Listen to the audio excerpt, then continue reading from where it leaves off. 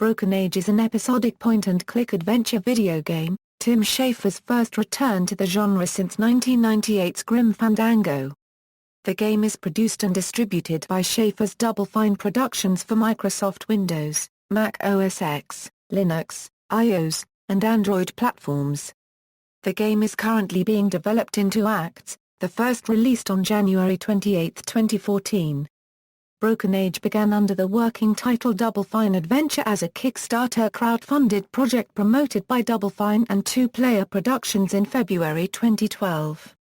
Originally a goal of $400,000 was set to cover the costs of development and documentary filming, it became the largest crowd-funded video game project at the time, raising over $3.45 million from more than 87,000 backers within the month.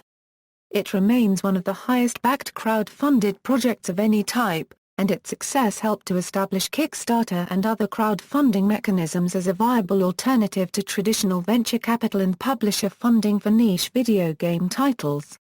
The game's development is being chronicled by an episodic series of documentaries produced by 2-Player Productions. Gameplay: Broken Age is a point-and-click adventure game, where the player-controlled character can be directed to move about the screen, examine objects, and talk to non-player characters to learn more about the game world.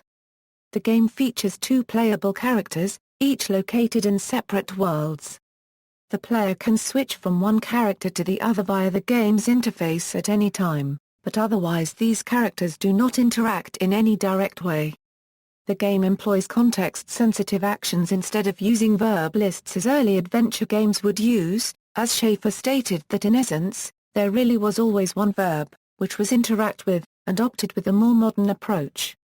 Each character has separate item inventories as they collect objects. Items can then be used by dragging them onto context-sensitive areas on the screen or combined with other inventory items. Plot: Act 1, Broken Age describes the story of 2 teenagers with no immediate apparent connection between the two, each seeking to break the tradition with their lives. Vela Tartine is a young woman in a world that is ravaged by the Mog Kothra, a giant creature that is appeased through the sacrifice of young girls at a number of maidens' feasts held at various villages.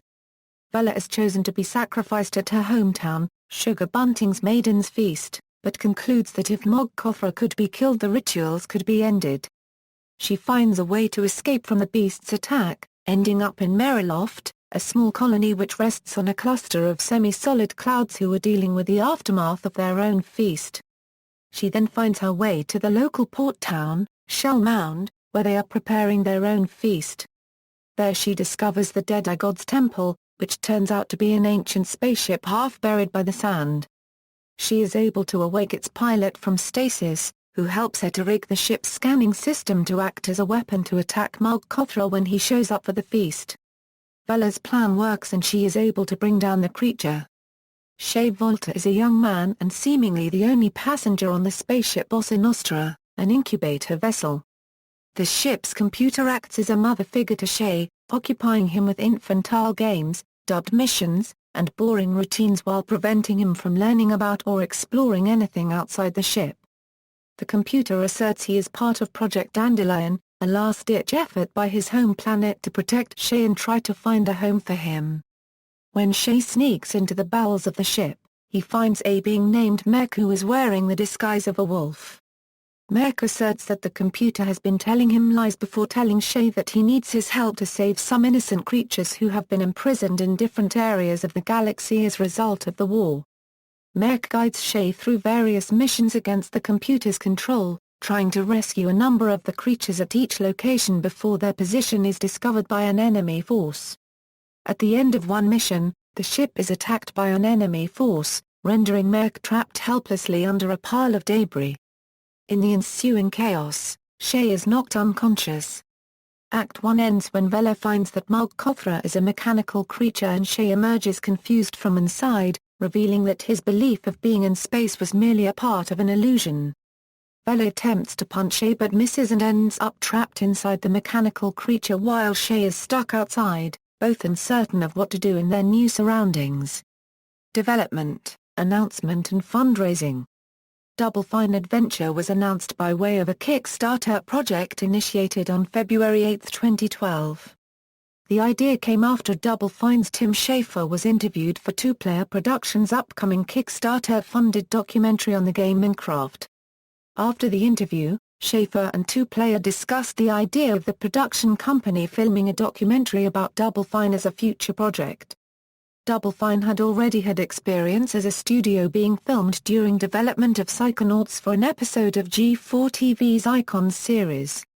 When Two Player completed the Minecraft project, around November 2011, they wanted to create a more in-depth documentary, recognizing that Double Fine had the right type of environment where such a documentary would be possible. The two studios began to work out the specifics of the project, but Schafer realized that publisher interference would make an honest portrayal of game development impossible. Double Fine lacked the resources to self-fund a game, and Two Player lacked the ability to fund the film, so the two companies elected to crowdfund the project on Kickstarter, a method Schafer had seen successfully used to raise much smaller amounts for independent game developers.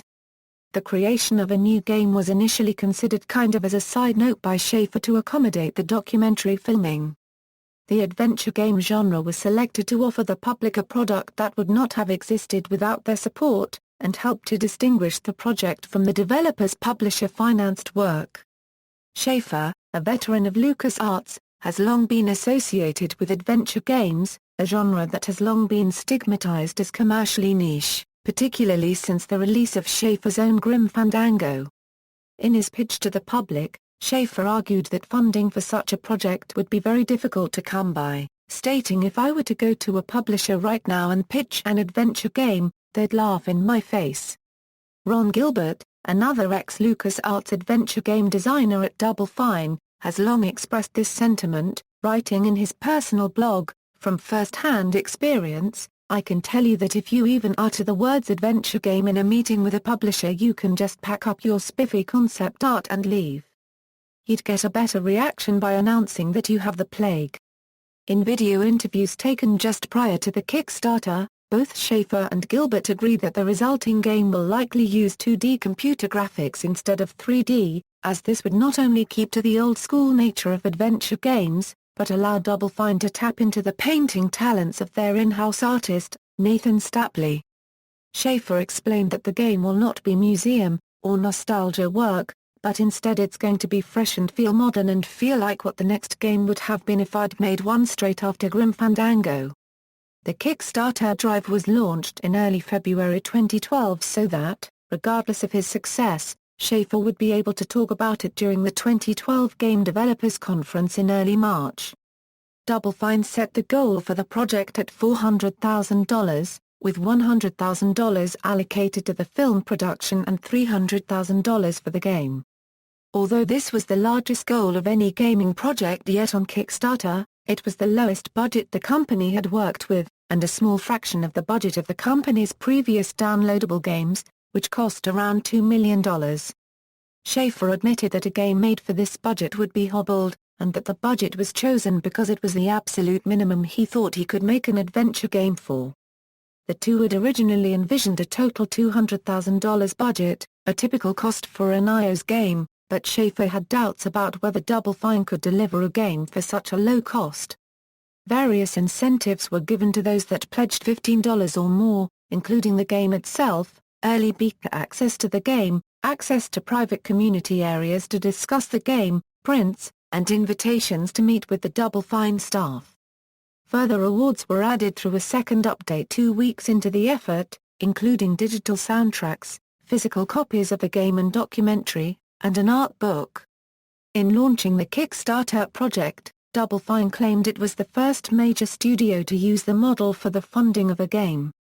Within 9 hours, the Kickstarter project had exceeded the $400,000 goal. Within 24 hours, it had surpassed $1 million. As the funds raised approached $1.35 million, Schafer noted that the total had already exceeded the budget for Day of the Tentacle and was nearing the budget for Full Throttle.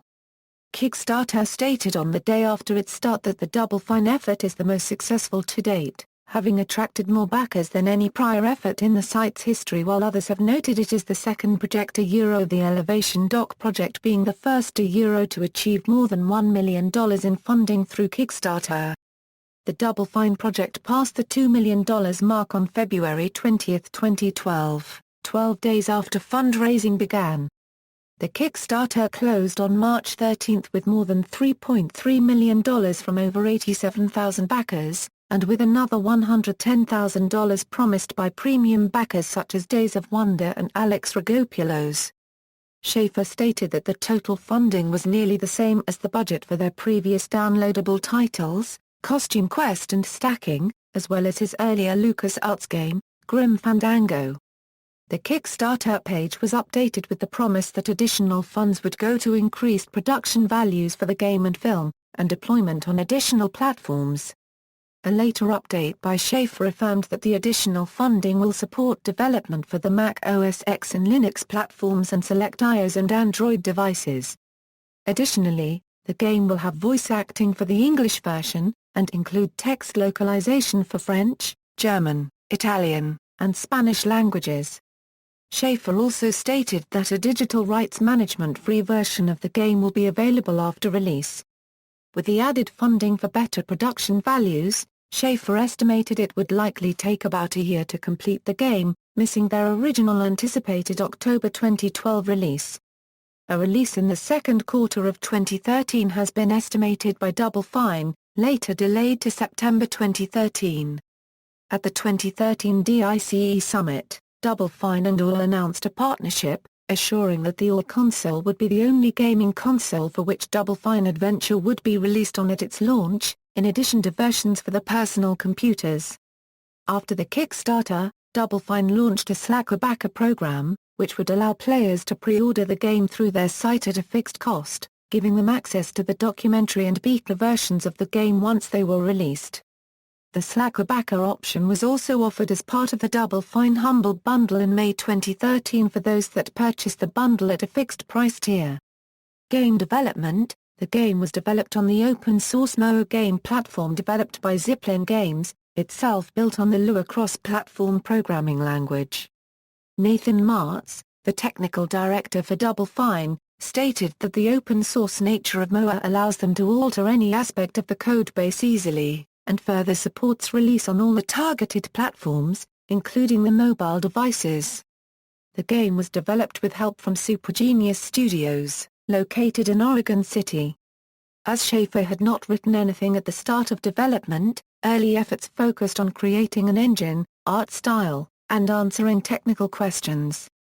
During this stage in development, programmers created a test game involving a red robot, while the artists created a mock-up test scenario to establish an art and animation style inspired by the fine art illustrations of lead artist Nathan Stapley, as well as to work out basic interface questions.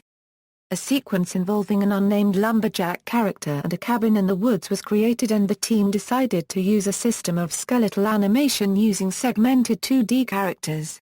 Once Schafer had established the basic storyline, involving intersecting stories of a boy in a sci-fi world and a girl in a fantasy world, concept artists were gathered for an art jam to brainstorm and produce concept art for the game's locations and conceive new locations. During this time, Schafer also asked the community for ideas, several of which were then illustrated by the concept artists. Schafer analyzed the state of the project in July 2013 and recognized that at the current rate, they would not be releasing the complete game until 2015. Schafer recognized they would run out of the Kickstarter funds before then and would not yet be receiving money from the sales of the game, either requiring them to drastically cut back on the project or alter their release plans. Schafer opted to adjust the schedule and place the first half of the game in its beta state on Steam's early access system to make it available by January 2014, obtaining revenue from sales there to fund the remaining development while gaining additional testing input before releasing a final version. Initial backlash to this announcement led Schafer to affirm that they were not asking for more money to develop the title, and that we are using our own money to deliver a bigger game than we kickstarted. In the end, The first half of the game was deemed polished and complete enough to be released in a non-beta fashion on January 28 as Act 1, with the second half to be released as a free update later in the year. By February 2014, Schafer affirmed that they had obtained enough from sales of Act 1 to complete the development and release of Act 2. Several voice actors who worked on previous Double Fine games voiced characters within Broken Age, including Jennifer Hale, Richard Horvitz, Nicky Rapp, Ginny Westcott, and Jack Black. Other voice actors include Elijah Wood, Pendleton Ward, Will Wheaton, and Marcia Samoyo. Alex Rogopoulos, the largest backer of the Kickstarter campaign, voiced a character that was designed in his likeness. Peter McConnell, who had worked with Schafer on many of his previous games, composed the music for Broken Age. Initially McConnell planned to use only a small ensemble for the musical score, but, as the game development progressed, he realized some parts needed a bigger orchestral sound. The score was ultimately recorded by wind and string ensembles in San Francisco and the Melbourne Symphony Orchestra, with McConnell overseeing the latter recording session remotely from Los Angeles. The score for Act 1 was released as a soundtrack album on the same day the first half of the game became publicly available.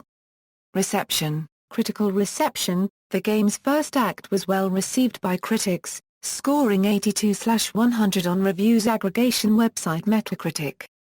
Adam Sessler of Rev 3 Games gave Broken Age Act 1 a 4/5, calling it a beautiful game with wonderful and funny writing. Justin McElroy, writing at Polygon, highlighted the game's characters as grounded while approaching absurdity and adversity with brave, heartfelt sincerity, giving the game a kind of depth that's so often lacking in other funny games. Within a month of the first act's release, Schafer confirmed that its sales would be sufficient to cover the remaining development costs for Act 2. Impact. The success of the fundraising campaign established crowdsourcing as a challenge to publisher funding for multi-million-dollar projects. John Walker from Rock, Paper, Shotgun was quick to point out that this doesn't pose a major threat to publishers on a large scale, but added that it would force publishers to ask themselves questions such as, are we really in touch with our audience? See unregistered trademark desires? Johnny Cullen of VG247 compared the Double Fine Kickstarter to the release of Radiohead's album In Rainbows, which the band had sold through their website in a pay-what-you-want model prior to a physical printing, without the interference of a music publisher. Cullen noted the model of crowdsourcing has previously not worked for some game developers, and does not expect it to be a guaranteed success for future efforts, as he believes Double Fine is a unique studio with a dedicated fan base, aspects that are not shared by all developers. Initial commentary largely framed Double Fine as exceptional, citing Double Fine's reputation, experience with the underserviced genre, and history of difficulty with publisher funding as reasons why Double Fine's case was unique. Initially, many remained skeptical that such a level of success could be replicated. Schafer further agreed that the success of the Double Fine Kickstarter would be somewhat difficult to replicate for other games, even for Double Fine, as it would require the project to be a good story for people to get behind. Initial fears that this success would be isolated were allayed as new projects emerged. As the Double Fine adventure campaign closed, Brian Fargo of Inxile Entertainment launched a Kickstarter to fund development of the sequel Wasteland 2, which met its target of $900,000 in funding within 2 days, and eventually raised more than $2.9 million. Double Fine Adventure brought in 61,692 new users to Kickstarter, and greatly increased the platform's visibility and viability for funding of games projects. Within the 6 weeks following the launch of the Double Fine Adventure Kickstarter, the site raised more than $2.9 million in pledges for video game-related projects, compared with $1.7 million total for the category in the prior 2 years, as well as increasing the amount of funding coming into projects of all categories. In October, Project Eternity surpassed Double Fine's funding record, further suggesting the crowdfunding model will continue to be a part of the gaming landscape. The success of Double Fine Adventure has had a particularly visible impact on the adventure genre, inspiring several other established adventure game developers to use Kickstarter as a means to return to the genre. In the months following its release, the creators of Broken Sword, Gabriel Knight, Leisure Suit Larry, Space Quest and Tex Murphy have all managed to raise amounts in excess of Schafer's original goal of $400,000. References. External links, official website, Double Fine Adventure at Kickstarter, official wiki.